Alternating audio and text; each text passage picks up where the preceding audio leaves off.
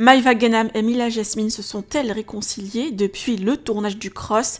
Maïva s'explique et profite pour tacler Angel et Greg.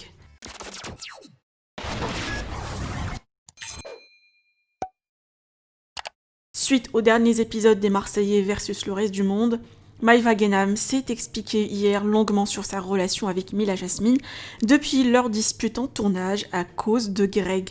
Par ailleurs, suite au mea culpa de Angel et des stories de Mélanie Dacruz, Maïva a rétabli la vérité sur les propos de Greg, sur le physique de sa copine Angel. Je vous laisse avec ces explications. Qui croyez-vous dans toute cette histoire? Partagez avec moi vos avis en commentaire et n'oubliez pas de liker la vidéo et de vous abonner à la chaîne. Entre Mila et moi, il n'y a pas d'embrouille. Moi, Mila, c'est quelqu'un que j'aime beaucoup, vous le savez. Même si c'est vrai qu'en aventure, on se prend pas mal la tête. Franchement, je vous dis la vérité, heureusement qu'elle est là parce que je m'en...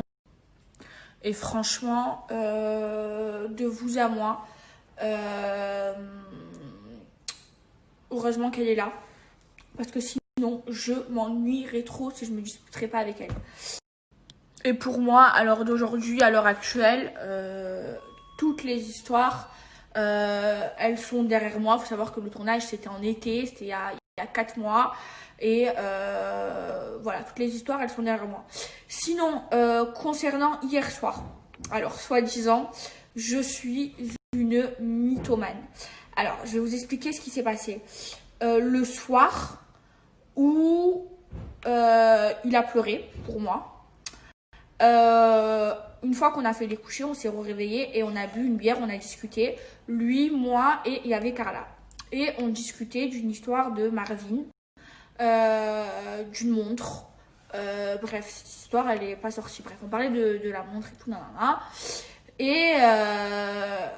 Et du coup, à ce moment-là, il m'a dit, de ses mots, moi j'ai critiqué personne, qu'elle était chkaoulade, qu'elle était pas belle et qu'elle mettait tous les jours le même short ou la même jupe, je sais pas quoi. Enfin bref, ok, ça, donc il y a eu le lendemain, je l'ai même pas sorti. Enfin, j'ai même pas voulu faire d'histoire, je l'ai même pas sorti parce que je trouvais ça débile et je voulais pas genre faire des histoires et me faire passer pour la rageuse. Genre, je m'en fous, tu vois, je calcule pas.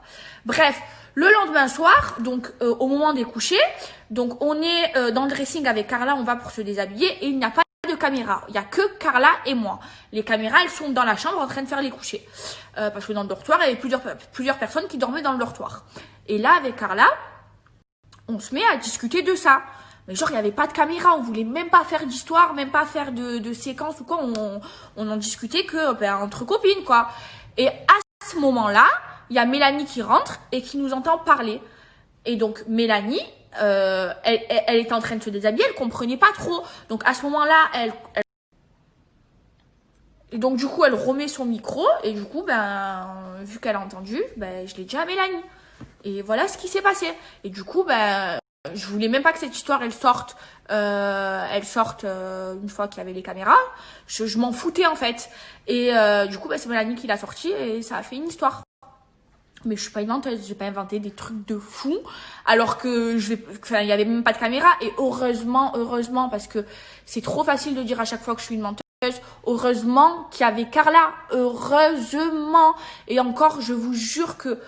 Mais si vous saviez, vraiment, franchement, vraiment, les gens, c'est trop des mythos, ils jurent la vie de leur mère, alors qu'ils mentent, ils jurent sur le bon Dieu, ils ont pas peur du bon Dieu, et c'est trop dur. Enfin bref, je voulais juste vous raconter ce qui s'était passé réellement.